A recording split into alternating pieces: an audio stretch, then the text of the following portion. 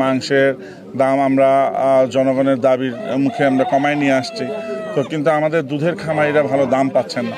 এর জন্য আমরা সরকারের কাছে আকুল আবেদন জানাইছি যেন মাংসের দামের পাশাপাশি যেন দুধের দামটাও যেন নির্ধারণ করে দেওয়া হয়, যাতে আমাদের দুধের খামারিরা সার্ভাইভ করতে পারে। একটা জিনিস হচ্ছে, অনেকে লসকে, আমি প্রান্তিক পর্যায়ে বেশি ভিডিও করি, খাবারের দাম বৃদ্ধি হওয়ার কারণে অনেকে খামারগুলো বন্ধ করে দিচ্ছে।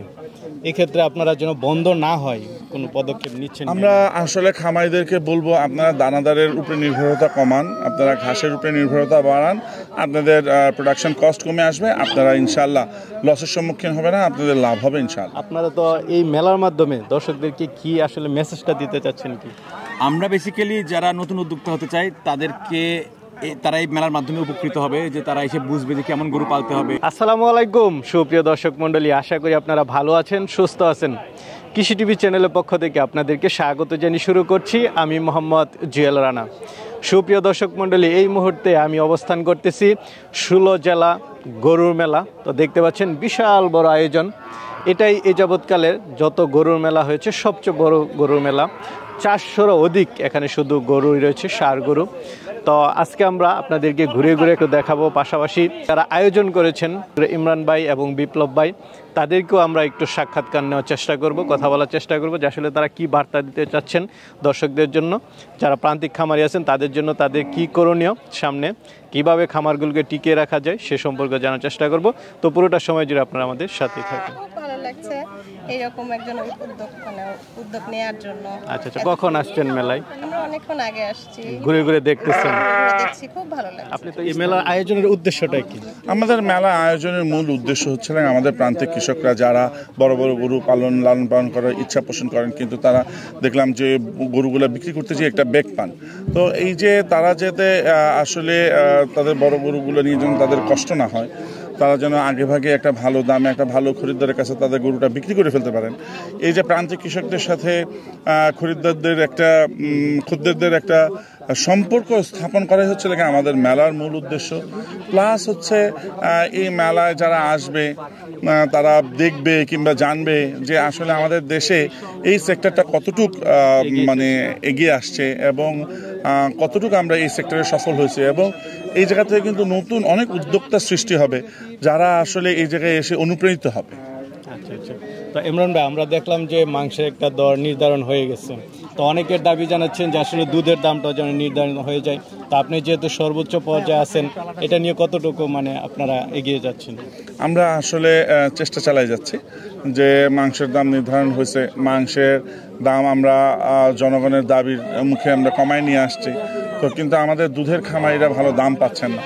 এর জন্য আমরা সরকারের কাছে আকুল আবেদন জানাইছি যেন মাংসের দামের পাশাপাশি যেন দুধের দামটাও যেন নির্ধারণ করে দেওয়া হয়, যাতে আমাদের দুধের খামারিরা সার্ভাইভ করতে পারে। একটা জিনিস হচ্ছে, অনেকে লসকে, আমি প্রান্তিক পর্যায়ে বেশি ভিডিও করি, খাবারের দাম বৃদ্ধি হওয়ার কারণে অনেকে খামারগুলো বন্ধ করে দিচ্ছে।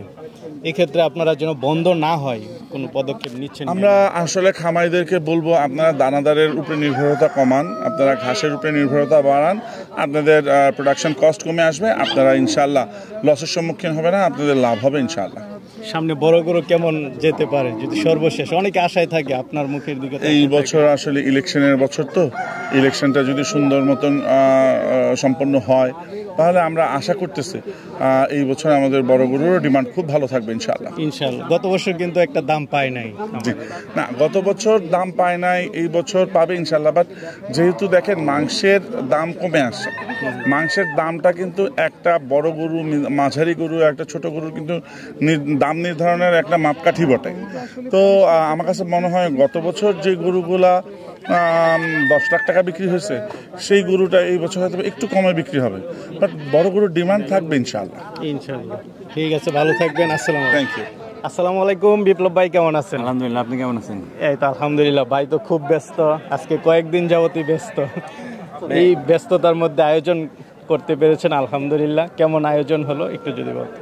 আলহামদুলিল্লাহ, আমি খুবই স্যাটিসফাইড। গত 2 দিন শুধু আবহাওয়ার যে একটু বৈরিতা ছিল, তার বাইরে আমি খুবই স্যাটিসফাইড এই আয়োজনটাতে, এবং আমার কাছে মনে হয়েছে যে আমি যে পরিশ্রম করছি এবং আমি সহ আমার যে সাথে যারা ছিলেন, বগুড়ার খামারিরা, রাহাত, অর্ক, রাকিব, রাহি, সবাই মিলে আমরা যে পরিশ্রমটা করছি সেটার সুফল পাচ্ছি যে ধরেন আমাদের যারা খামারিরা আছে, শৌখিন খামারি বাংলাদেশের সবাই এখানে আসছে।